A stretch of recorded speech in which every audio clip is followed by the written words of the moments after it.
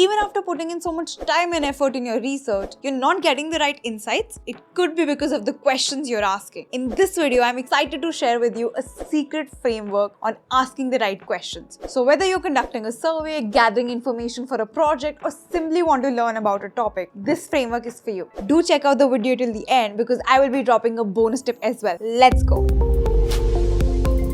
So let's start with the biggest secret. Before you actually start writing the questions, take a step back and answer these two questions. What is the goal of this research? And what kind of data are you expecting out of this research? As soon as you do this, you're ready to ask good questions. So let's start with the 3 L's. This is a method that I had created in my college days when I used to do a lot of surveys and research. Leading question, loaded questions, and liar questions. Let's start with leading questions. In the past 7 years of experience, I have mentored and hired designers, and one of the most common mistakes that I see in almost every single research is a leading question. Now, what do I mean by a leading question? It's a question that biases the answer of the respondent. For example, how would you rate our amazing product? Now, you're already biasing the person by using the word amazing. Instead, what you can ask them is, how would you rate our products? Another example is, what problems do you face while working with the development team? Because we are using the word problems here, it automatically is going to bias the answer towards negative responses. Instead, we can ask something like, how likely are you to recommend working with the development team? The minute we use any kind of good or bad adjectives or words like challenges, problems, struggles, they are biasing the person who is filling the form. They are automatically going to think a positive or a negative side of it. Instead, we need to have neutral questions so that they can answer based on their real experience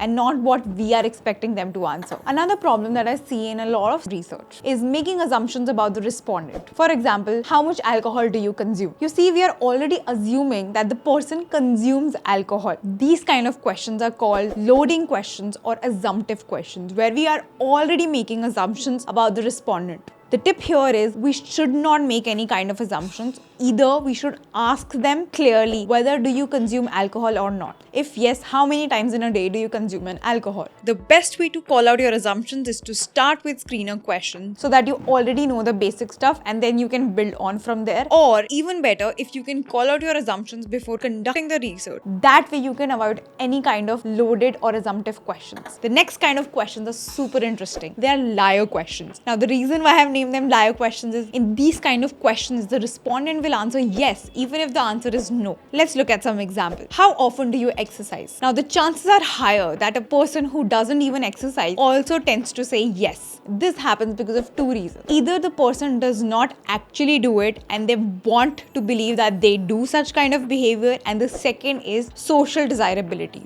They want to be seen as a person who is fit or who exercises daily. That is why they're going to unintentionally lie and say yes, even though the answer is no. Interesting, right? Now that you've learned about the framework, it's time for the bonus tip. Hooray! A lot of designers reach out to me asking about how to research around sensitive topics. And I often tell them the secret lies in reassuring the person. Whenever you're researching about a sensitive topic, be very empathetic. Try to understand what are the common triggers or common taboos around that topic. Try to avoid them in your research and always share why you're conducting this research in the first place. If you're asking for extremely sensitive and personal information, the respondent always has the right to know. Reassure them by saying it will not be used for external purposes or the data will not be published anywhere. Lastly, it's very important to build a trust and a bond before asking these sensitive information. You can't just dive into the research asking these kind of questions. They will backfire. So always start with generic question, build a rapport. Once you've got the trust of the person or they have already answered a lot of questions, they will be more comfortable sharing personal, sensitive and confidential information with you. And now you have the right weapons to ace your research. If you enjoyed this video, I'm sure you're going to love the next video on 3 things to avoid in your surveys. See you in the next one.